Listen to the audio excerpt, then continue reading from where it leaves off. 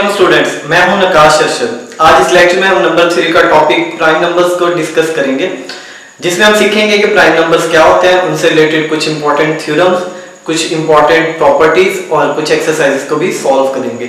तो prime numbers की definition आप सबको क्लियर है कि प्राइम नंबर्स हम ऐसे इंटीजर्स को बोलते हैं या ऐसे पॉजिटिव इंटीजर्स को बोलते हैं कि जिनके सिर्फ दो डिवाइसेस हो।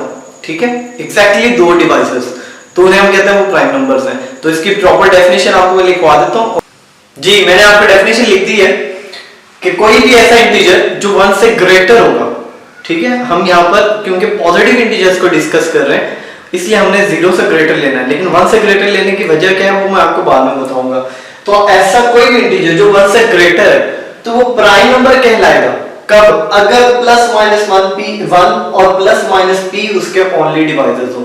तो यानी कि इस डेफिनेशन के अकॉर्डिंग उसके डिवाइजर्स 4 बनते हैं। बट ज्यादा बेहतर डेफिनेशन क्या है? ज्यादा बेहतर डेफिनेशन है कि हम लिखें कि उसके एग्जैक्टली दो डिवाइजर्स हैं। कौन से? 1 और इटसेल्फ। और ये कौन से डिवाइसेस होंगे? ये पॉजिटिव डिवाइसेस की हम बात कर रहे हैं। ठीक है, यहाँ पर हमने नेगेटिव डिवाइसेस को इंक्लूड किया था, बट बेटर क्या है कि आप सिर्फ पॉजिटिव डिवाइसेस का जिक्र करें, क्योंकि हम जब डिवीजन करते हैं तो अगर कोई नेगेटिव नंबर या नेगेटिव इंटीजर आ भी जाए तो हम नेगेटिव को ओमिट कर देते हैं और बाद में उसको प्लेस करते हैं। तो यहाँ पर भी हमने सिर्फ पॉजिटिव डिवाइसेस की ही बात करनी है, हमने पॉजिटिव इंटीजर्स को क्योंकि हम डिस्कस कर रहे हैं। ठीक है, तो प्राइम नंबर की डेफिनेशन के ऊपर जो इंटीजर्स पूरा उतरते हैं उसमें 2, 3, 5, 7, 11 अप टू सो ऑन है। तो 1 इसमें इंक्लूड नहीं होगा। उसके दो रीजन, पहली बात हम स्टार्ट ही ग्रेटर देन 1 से कर रहे हैं। सेकंड रीजन ये कि 1 इस डेफिनेशन को पूरा ही नहीं करता, क्योंकि हमने कहा कि उसके एग्जैक्टली दो डिवाइजर्स होने चाहिए और 1 का एक ही डिवाइजर होता है, दो होते ही नहीं है। ठीक है, इसलिए हम 1 को प्राइम नंबर में कंसीडर नहीं करते। अब ये है प्राइम नंबर। तो ऐसे इंटीजर जो प्राइम नंबर्स नहीं होंगे उन्हें हम क्या कहेंगे? तो उन्हें हम बोलते हैं वो कंपोजिट नंबर्स हैं। ठीक है, जो नंबर प्राइम नंबर की डेफिनेशन को पूरा नहीं करते उन्हें हम कंपोजिट नंबर्स कहते हैं। तो उसकी भी मैं डेफिनेशन आपको लिख देता हूं। ठीक है, अब ये हमने लिख दिया कि जो नंबर प्राइम नहीं होगा वो कंपोजिट होगा। अच्छा, लेकिन ये इससे एक बेटर डेफिनेशन, क्योंकि ऑनवर्ड हम थ्योरम्स करेंगे तो वहां पर हमारे लिए एक ज्यादा बेटर डेफिनेशन ही हम जो यूज कर सकते हैं वो भी मैं लिख कर दे रहा हूं। देखिएगा, और करके लिख रहा हूं मैं। ऐसे इंटीजर्स प्राइम होंगे, कंपोजिट होंगे, जिनको हम दो इंटीजर के प्रोडक्ट के फॉर्म में लिख सके। तो इसकी मैथमेटिकल फॉर्म हमारे पास क्या बनेगी? That is if n is equal to n1 dot n2 where n1 and n2 दोनों 1 से बड़े होंगे और n से छोटे होंगे। तो यहाँ पे डेफिनेशन में देखें हमने लिखा है कि जो n होगा वो दो इंटीजर्स का प्रोडक्ट होगा, और वो दो इंटीजर्स कौन से होंगे? वो दोनों इंटीजर 1 से ग्रेटर होंगे, बट ऑब्वियस है वो n से तो छोटे ही होंगे ना।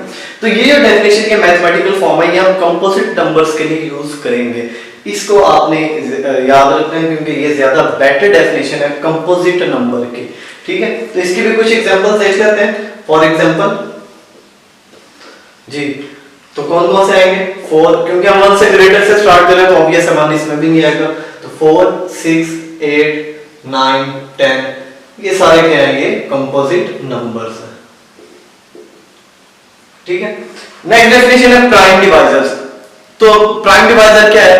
जो भी प्राइम नंबर किसी इंटीजर को डिवाइड करेगा, जैसे 2 डिवाइड करता है 6 को, 3 डिवाइड करता है 9 को, 12 को, 15 को, तो ये जो प्राइम नंबर्स जो किसी भी और इंटीजर को डिवाइड करते हैं तो ये उसके प्राइम डिवाइजर्स कहलाते हैं। ठीक है, नेक्स्ट डेफिनेशन देखें, प्राइम डिवाइजर्स।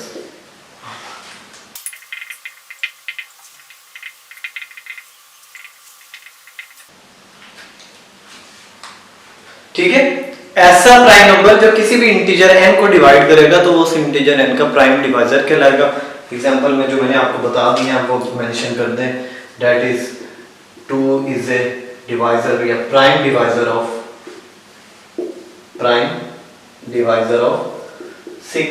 इसी तरह से हम कह सकते हैं 3 का, 5 का कहते हैं 5 is a prime divisor of 20। ठीक है, तो ये जो मैंने आपको डेफिनेशन लिख कर दिया है, यहाँ से हम कुछ इंपॉर्टेंट रिजल्ट्स को फाइंड आउट कर सकते हैं। वो रिजल्ट क्या है कि जो 1 है ना ही वो प्राइम है ना ही कंपोजिट है। सेकेंडली, अगर आप गौर करें जो मैंने प्राइम नंबर्स लिख कर दिए हैं तो सारे प्राइम नंबर्स ऑड होते हैं सिवाय 2 के। इट मींस जो 2 है ये ओनली इवन डिवाइड, जो प्राइम नंबर्स होंगे उनमें एक ही इवन प्राइम नंबर होता है, वो कौन सा होता है? 2। ठीक है। और इसके अलावा एक और बहुत इंपॉर्टेंट रिजल्ट है, वो ये है कि जितने भी इंटीजर्स हैं ये सारे प्राइम नंबर्स का ही मल्टीपल होते हैं। जैसे आप 6 को देखें, अगर हम 6 को लिखना चाहें तो 6 को हम 2 into 3 लिखते हैं, ठीक है।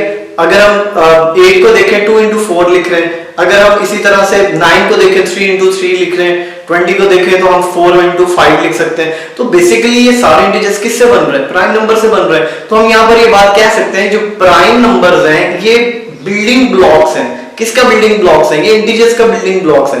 यानी अगर हम प्राइम नंबर्स को इकट्ठा कर दें और उनका प्रोडक्ट लेते जाएं तो हमें सारे के सारे इंटीजर्स मिल जाएंगे, यानी सारे कंपोजिट नंबर्स हमें प्राइम नंबर से मिल जाएंगे, ठीक है जी। तो मैंने तीनों रिजल्ट्स आपको लिख दिए कि 1 is neither prime nor composite, 2 is the only even prime number और all prime numbers are the building blocks of the integers, ठीक है। तो अब नेक्स्ट हम प्राइम नंबर से रिलेटेड कुछ इंपॉर्टेंट थ्योरम्स की तरफ चलते हैं जी स्टूडेंट। फर्स्ट थ्योरम मैंने स्टेटमेंट भी लिख दिया, उसका प्रूफ भी मैंने लिख दिया है, क्योंकि वीडियो बनाना बहुत लेंथी हो जाती है इसलिए मैंने टाइम बचाने के लिए पहले सारा कुछ लिख दिया। तो थ्योरम की स्टेटमेंट देखें, ये जो स्टेटमेंट है ये जो मैंने आपको थर्ड नोट लिख कर दिया ये इसी से बना है। मैंने थर्ड नोट में आपको बताया था कि सारे इंटीजर्स जो है वो प्राइम नंबर से मिलकर बनते हैं। तो एक्चुअली ये थ्योरम भी वही है कि every integer N greater than 1 has a prime divisor, कि 1 से बड़ा कोई भी अगर इंटीजर होगा तो आप चेक कर सकते हो। फॉर एग्जांपल जैसे 2 है, आप 2 को चेक करके देखें तो 2 का प्राइम डिवाइजर 2 खुद ही है, ठीक है। प्राइम डिवाइजर ऑफ इटसेल्फ 3 का प्राइम डिवाइजर 3 खुद ही है। 4 का प्राइम डिवाइजर 2 है। इसी तरह 6 का प्राइम डिवाइजर 2 होते हैं, 2 भी इसका प्राइम डिवाइजर 3 भी। इसी तरह 8 का प्राइम डिवाइजर देखें 2 है।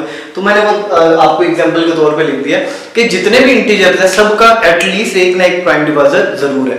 तो अब लेकिन हमारे पास जो पॉसिबिलिटीज आती है अकॉर्डिंग टू द स्टेटमेंट, कि स्टेटमेंट के अकॉर्डिंग ये है कि भाई n जो होना चाहिए, जो आपने इंटीजर चूज करना है 1 से बड़ा होना चाहिए। तो हमने अभी डेफिनेशन में क्या किया था कि 1 से बड़े जितने भी इंटीजर्स हैं हमने उनको 2 हिस्सों में तकसीम किया था, प्राइम नंबर्स और कंपोजिट नंबर्स।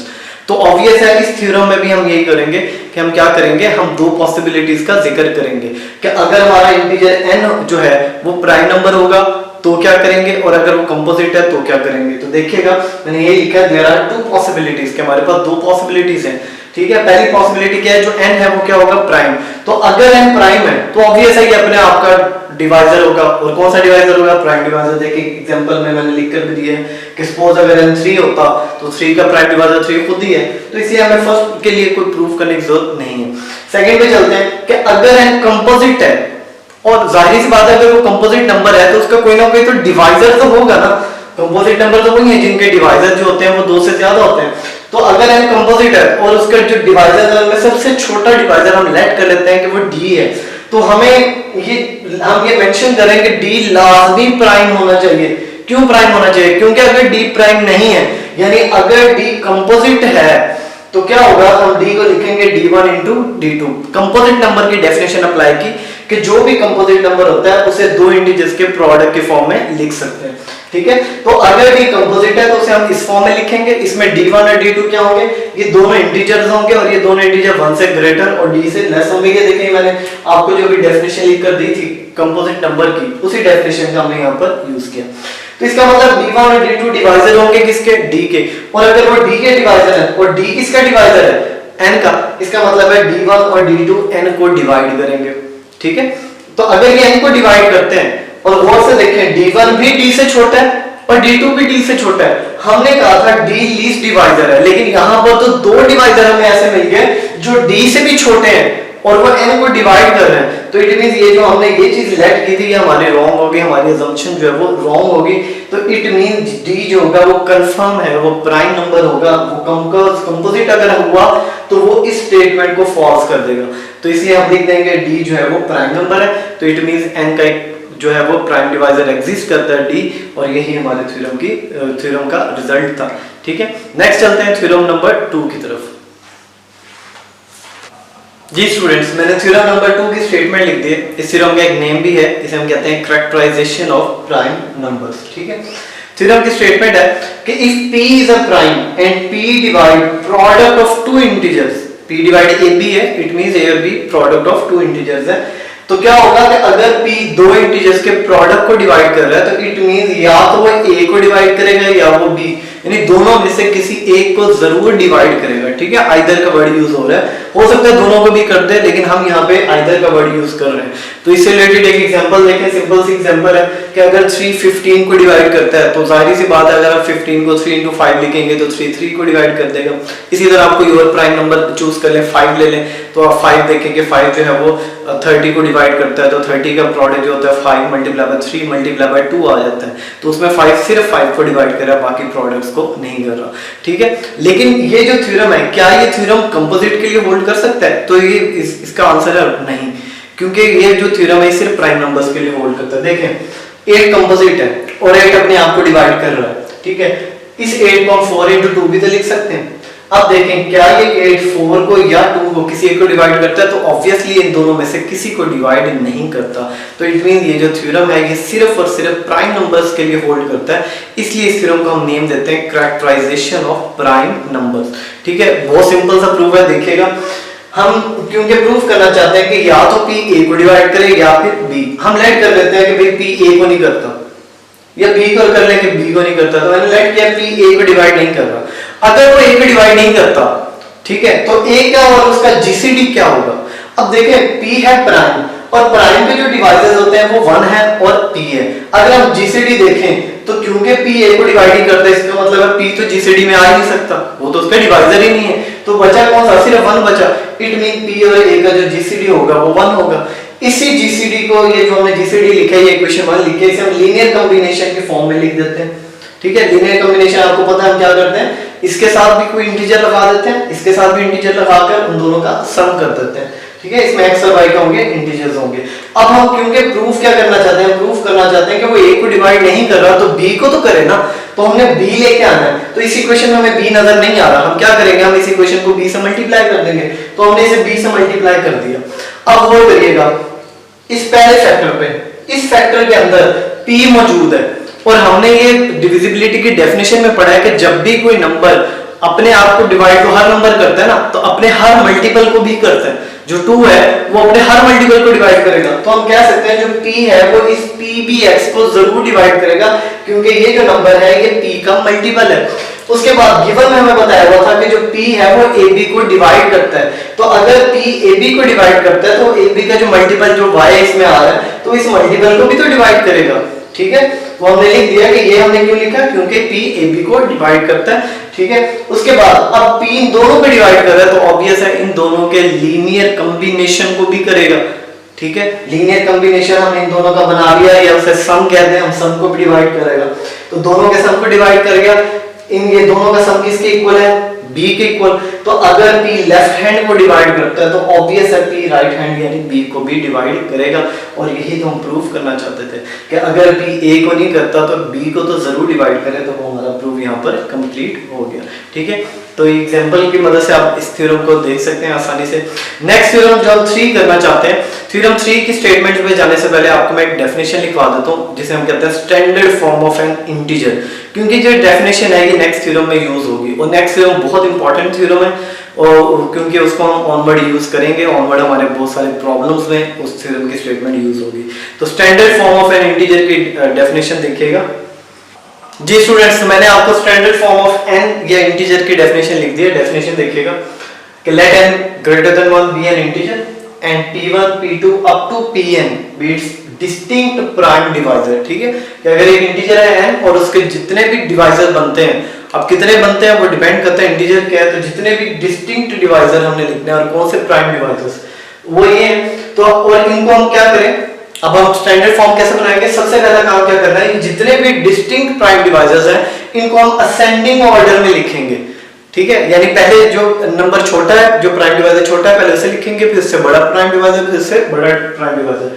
उसके बाद अगर वो रिपीट हो रहे हैं, इसको हम एग्जांपल में भी समझेंगे, अगर ये रिपीट हो रहा है, सपोज p1 जो है वो अल्फा 1 टाइम्स रिपीट हो रहा है, p2 जो है वो अल्फा 2 टाइम रिपीट हो रहा है, इसी तरह pn जो है वो अल्फा n टाइम रिपीट हो रहा है, तो दे अगर दिस टाइम रिस्पेक्टिवली, तो हम क्या करेंगे, p1 की पावर में अल्फा 1 मल्टीप्लाई बाय, यहां पर कोमास लगाए थे, यहां पर हमने डॉट या मल्टीप्लाई लगाना है, p2 की पावर में अल्फा 2 अप टू pn की पावर अल्फा 1। तो ये जो फॉर्म हमने लिखे है, जो राइट हैंड साइड है, इसे हम कहते हैं ये n की स्टैंडर्ड फॉर्म है। अब इसको एग्जाम्पल लेकर उसे समझते हैं। सपोज हमारे पास एक इंटीजर है 36, हम इसकी स्टैंडर्ड फॉर्म लिखना चाहते हैं या हम इसकी डिकम्पोजिशन करना चाहते हैं, एक ही बात है। तो क्या करेंगे, 36 को प्राइम फैक्टर्स ढूंढेंगे।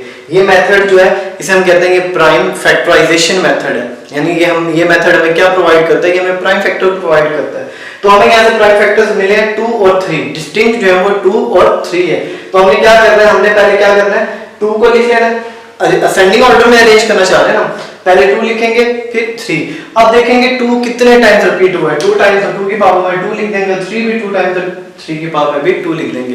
तो ये जो फॉर्म है राइट हैंड वाली, ये स्टैंडर्ड फॉर्म है किसकी, 36 की, या हम इसे कह सकते हैं ये फैक्टराइजेशन है, या हम इसे कह सकते हैं ये डिकम्पोजिशन है 36 की। इसी तरह आप सपोज कोई और नंबर चूज कर लें, सपोज हम ले लेते हैं 250 ले लेते हैं, हम इसकी डिकम्पोजिशन देखना चाहते हैं, तो क्या होगा, इसको भी हम प्राइम फैक्टर्स बनाएंगे। देखें तो ये प्राइम फैक्टर्स इसके भी बन गए।